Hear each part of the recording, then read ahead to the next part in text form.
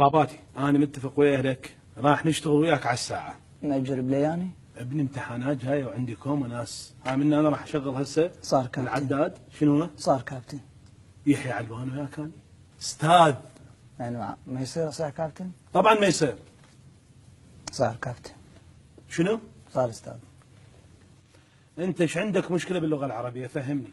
استاذ انا اي مشكله ما عندي. ممتاز ممتاز، هيك راح نرتاح بالشغل. يعني بالقواعد ما عندك مشكله؟ لا ما عندي اي مشكله. ابد ما عندك؟ ابدا. مسيطر بالقواعد؟ فوق ما تتصور. زين اذا امتحنا ايش قد تجيب ان شاء الله بالبكالوريا؟ فوق ما تتصور استاذ. يعني ايش قد يا ابني؟ صفر. يعني مو زين بالقواعد. فوق ما تتصور استاذ.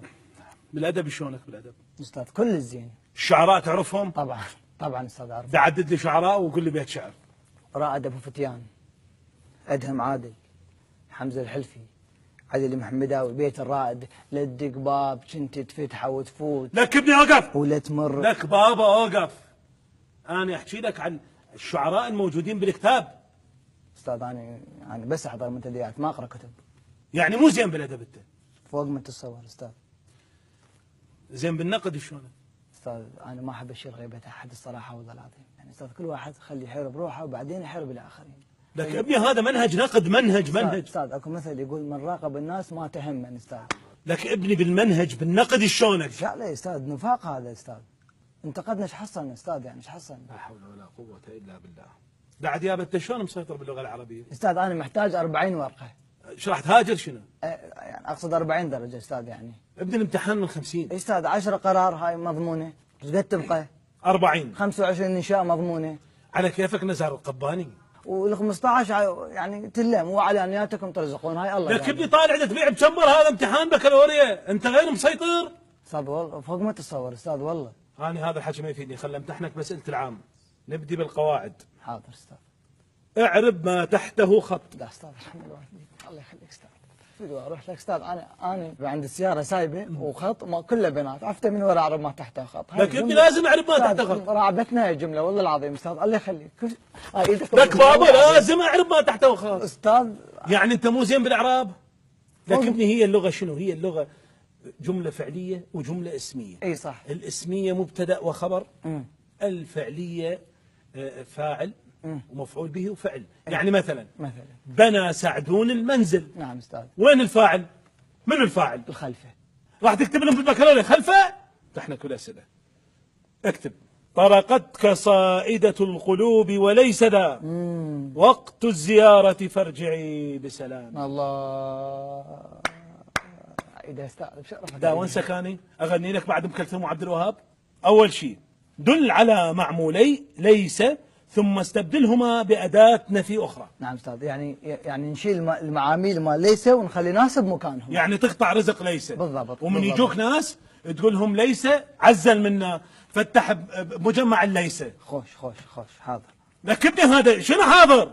أنت ما تعرف يعني شنو معمولي ليس؟ أستاذ والله العظيم هسه سمعت من عندك. لك شنو دادزك على فاتحة أني؟ أستاذ ما حد قايل لي. عوف القواعد بابا عوف القواعد. الأدب. بلادك نجد والمحب عراقي فغير التمني لا يكون تلاقي. هذا البيت يا عزيزي للحبوبي. شنو معلوماتك عن الحبوبي؟ استاذ شنو الاهانه؟ لا عندك معلومات يعني؟ طبعا اعرف استاذ. ليش تضوجني؟ استاذ هذا يسوي طرشي شق. من هو؟ الحبوبي والسطله مالته ما تبقى عندنا للظهر استاذ والله العظيم. استاذ شنو ما اعرف؟ معلوماتك عن الشاعر الحبوبي يبيع طرشي؟ طبعا استاذ يسوي طرشي شق وشق حلقه اللي يحكي استاذ والله العظيم. خلينا نشتغل بالنقد. السؤال الاول. نعم استاذ. يقول الرائع جبران خليل جبران. نعم استاذ. اعطني الناي وغني فالغنى سر الوجود. انسب قصيدته. نعم استاذ. الى مذهبها وعدد خصائص المذهب فقط.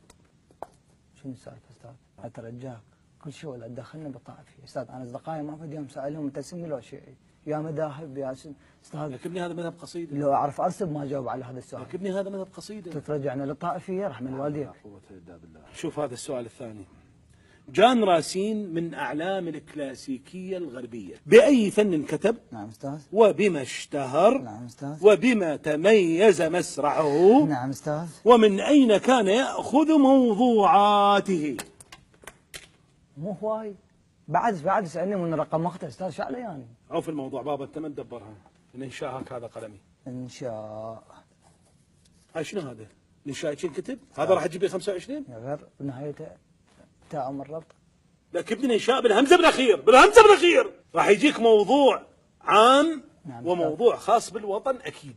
فانت لازم تحضر كلائش على الوطن. انا محضر ومضبط عافيه. يعني لا تخاف. العراق بلد الحضارات، توجد فيه 18 محافظه استاذ، يتكونون من اشياء عظيمه مثلا، وسقطت واحده من عندهم في الموصل فبقت الاخرين، فكل محافظه تتكلم اللغه الاخرى. فمثلا النجفي يتكلم اللغه النجفيه، البصراوي يتكلم اللغه البصراويه، الكردي يتكلم اللغه الكرديه، البغدادي يتكلم لك ما راح تعدد المحافظات كلها. كافي. اعبر وراها. شنو المضمون اللي راح تكتبه؟ لازم احنا ليش حابين العراق؟ ليش نريد نبقى بالعراق؟ لازم تخلي لك مضامين استاذ. يعني احكي على الاصدقاء مثلا. نعم استاذ.